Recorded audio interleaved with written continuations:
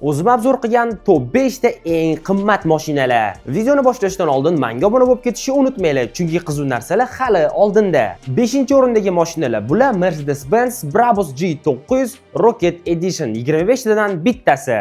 Lamborghini Rivelto, Ford Mustang Eleanor va dunyodagi eng tez gelik Mercedes-Benz G63 GAT Motors. Bularning har bittasining narxi o'rtacha $1 million dan turadi. 4-o'rinda dunyo bo'yicha 10 tadan birinchi ekzemplyar bo'lgan Mansory G6X6 P900 Granus. Bu mashinaning narxi $1,800,000 turadi. 3-o'rinda Bugatti Chiron va Bugatti Chiron Pure Sport. Bularning narxi $3 million dan $5 million gacha turadi.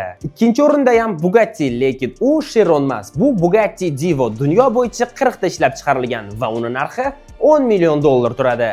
Va nihoyat 1-o'rinda bu dunyodagi eng qimmat Lamborghini hisoblangan Lamborghini Veneno va uning narxi $13,900,000 turadi. Agar video yoqqan bo'lsa, like bosib, hoziroq menga obuna bo'lib ketishni unutmanglar. Agar shu video 50 mingta like yig'adigan bo'lsa, men o'zim o'tirgan eng tez mashinalar haqida gapirib beraman.